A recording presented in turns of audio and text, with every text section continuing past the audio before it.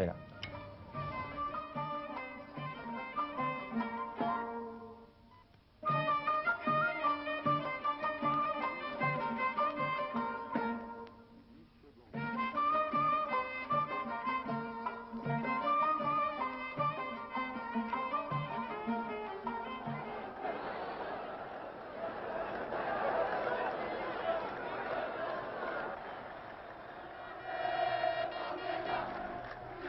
La voilà donc la grande espérance de l'Algérie du football, sa jeunesse.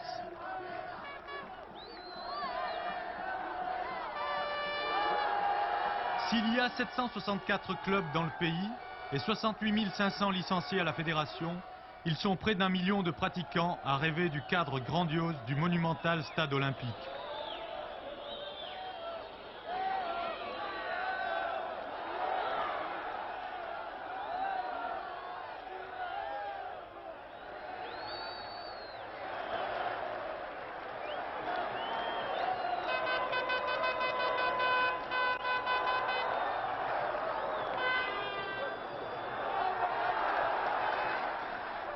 Tous ceux qui font leur gamme sur tous les terrains vagues du pays et qui s'identifient aux vedettes nationales, les Belloumi, Madjer, Fergani ou Guendouz. Tous les héros de la qualification qui ont gagné leur billet pour l'Espagne après avoir terrassé tour à tour la Sierra Leone, le Soudan, le Niger et le Nigeria. L'Algérie au sommet du football africain, ça c'est la réalité d'aujourd'hui. Mais c'est là, sur le macadam de la rue, dans les cours des grands ensembles, que l'Algérie de demain forge les armes de ses victoires à venir. Pour être digne des infrastructures sportives dont elle a eu vite fait de se doter. Rabah Madjer, l'attaquant international du MRA du Sendé, a fait ses premières armes dans la rue.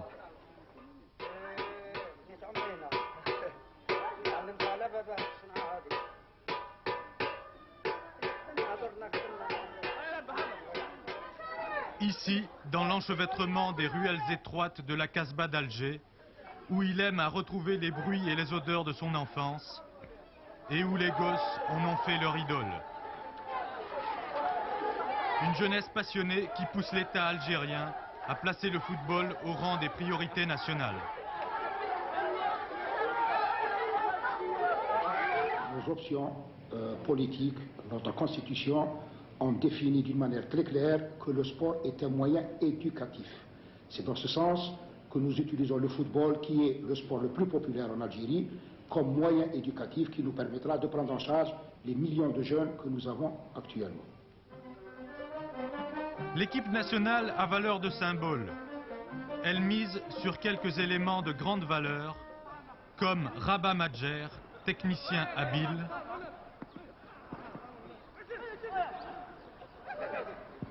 Yassine Bentaala, le gardien de but qui sait aussi se servir de ses pieds, Haït El Hossine, un avant-centre au format de poche,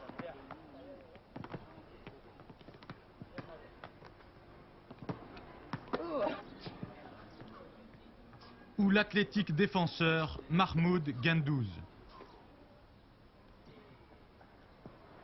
Mais c'est surtout Rabah Madjer, 24 ans, un attaquant de race, qui est la grande fierté d'Alger la Blanche.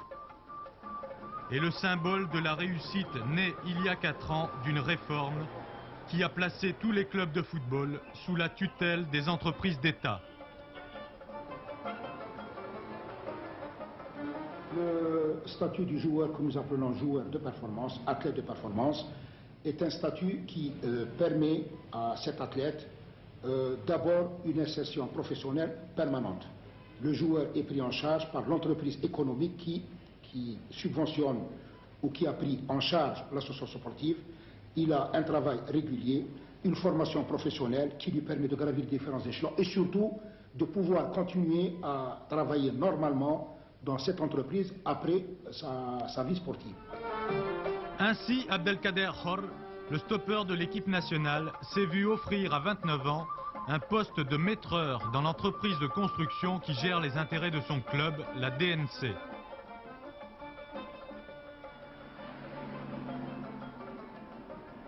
Et lorsqu'il quitte le bureau d'études de la société, Hor rejoint le quartier du Caroubier, tout près du champ de course, pour un entraînement musclé.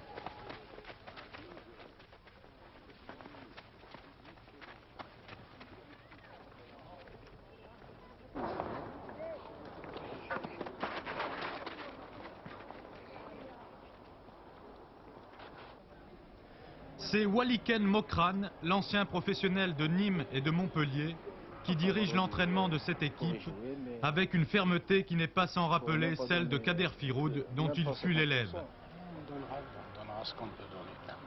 Enfin, pas grave, mais tu connais de toute façon. Le soir, lorsque Hor arrive chez lui à Sidi Moussa, petite bourgade à 20 km d'Alger, le soleil est prêt à se coucher. C'est l'heure de la prière. Hor est un mystique, il s'y soumet avec ferveur.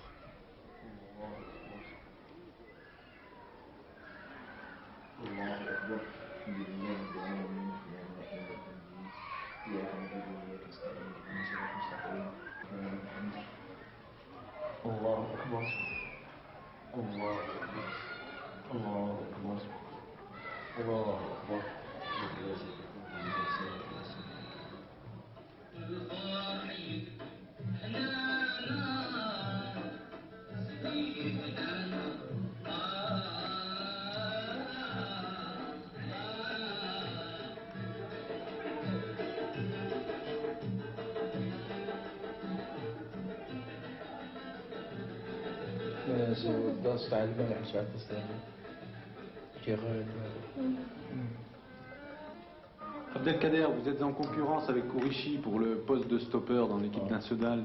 C'est pas un peu gênant? Non, pourquoi? Enfin, c'est pas gênant, puisque déjà d'être parmi les 22 qui iront en Espagne, c'est beau.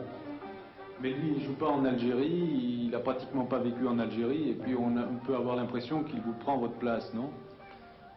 Enfin, il me prend ma place, enfin, c'est pas le mot, mais c'est-à-dire lui, il a plus d'expérience que moi, surtout dans des rencontres aussi importantes. Intégration ou pas des professionnels, la question mérite d'être posée.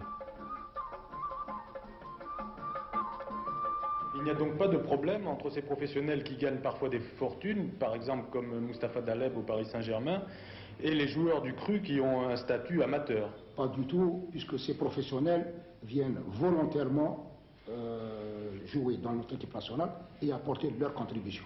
C'est leur rapport et ça, ce n'est un secret pour personne, ils ne demandent en contrepartie absolument rien. Même nos joueurs du cru ont senti la nécessité de se faire renforcer. Il y a eu osmose complète et on a eu beaucoup d'expérience et ça ne pose aucun problème.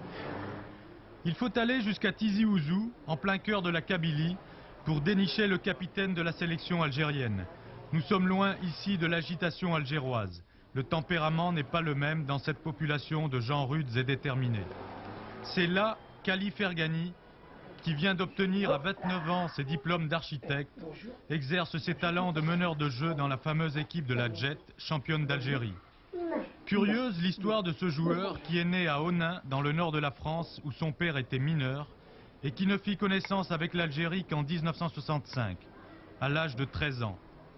International une bonne cinquantaine de fois et capitaine de la sélection, Fergani fait partie des joueurs sur lesquels compte Rachid Mekloufi, le directeur technique national, et Mayedine Khalef, le sélectionneur, pour réussir un bon parcours au mondial. L'Algérie ira représenter, disons, dignement et avec, disons, le maximum de représentativité l'Afrique. L'Algérie représentera l'Afrique, elle essaiera de faire, de jouer sans complexe, elle ira disputer ses chances. Un match n'est jamais joué d'avance et tout peut se passer dans un match. Le football n'est pas une science exacte. L'essentiel, c'est d'y croire et pourquoi pas de prétendre à de bons résultats.